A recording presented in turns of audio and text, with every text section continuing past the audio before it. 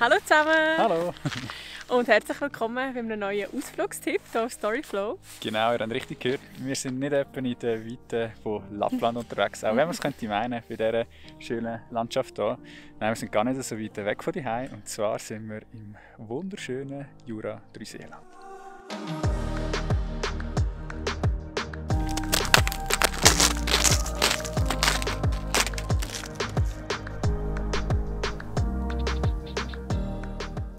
Für das erste Video von diesem Jahr haben wir uns zur Abwechslung wieder mal Inspiration außerhalb von unserem Insta-Feed geholt. Und zwar auf die gute alte Art und Weise in einem Heftchen. Schmackhaftes Terroir.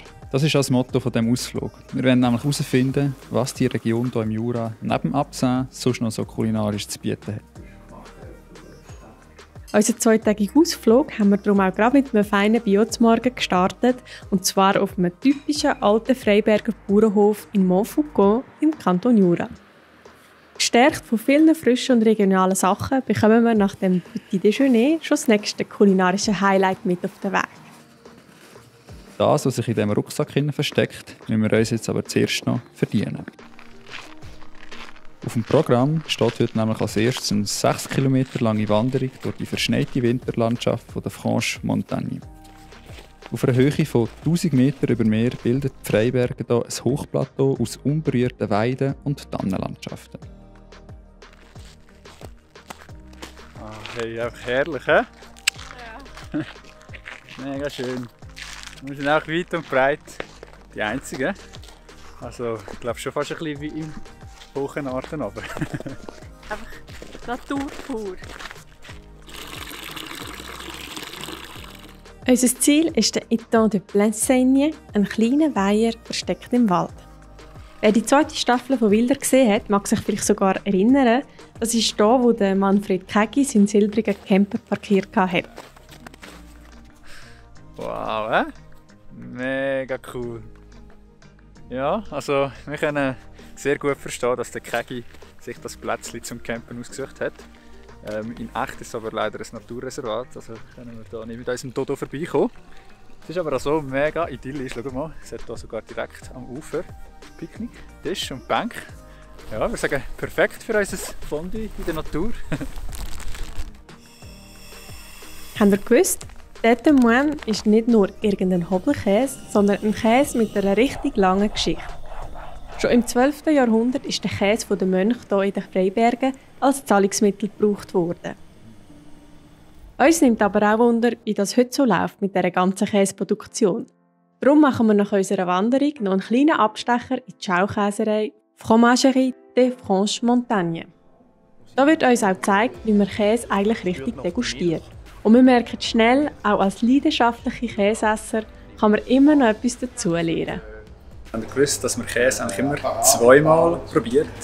Einer steht in der Mitte, wo er am flüssigsten ist, und einer ist außen. Das heisst, die Cinti, die immer mitessen, weil die hat nämlich immer noch einen ganz eigenen Geschmack. Unsere spannende Reise durch den Jura geht auch nach der Käserei noch weiter. Als nächstes suchen wir uns in der Nähe vom Chasseral ein Plätzchen zum Übernachten. Okay, aber irgendwo sind wir hier falsch abgebogen, weil am Morgen früh verwachen wir plötzlich in einer kleinen Westernstadt. Nicht nur das, auch die Kühe hier sehen irgendwie alle ein bisschen wild und zottelig aus.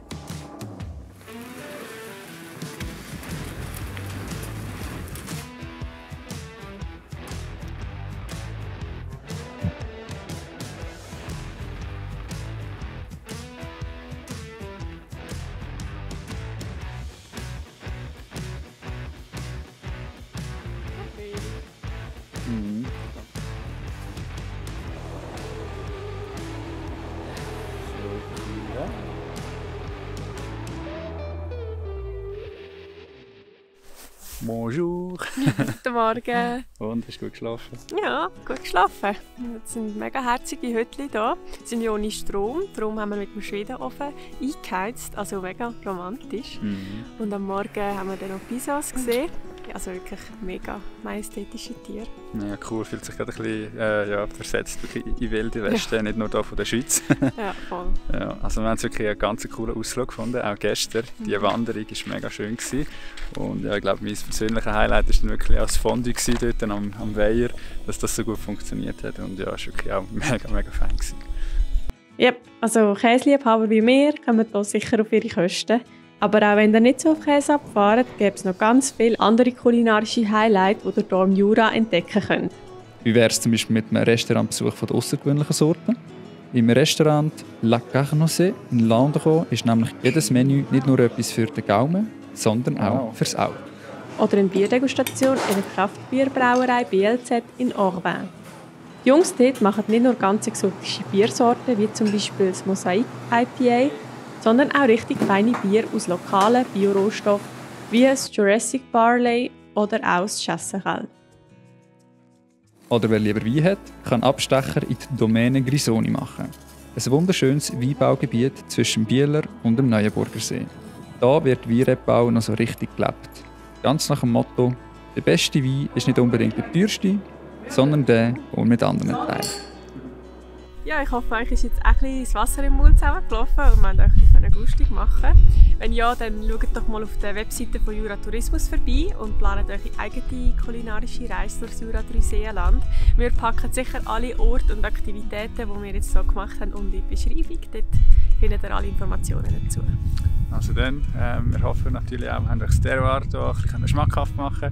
Wenn ja, gebt dem Video einen Daumen hoch und hinterlasst euch einen Kommentar, wo das euer Bauch am meisten geknurrt hat. Und ja, vergessen nicht zu abonnieren und dann sehen wir uns beim nächsten Mal wieder. Bis dann, macht's gut und bis bald. Tschüss! Tschüss zusammen!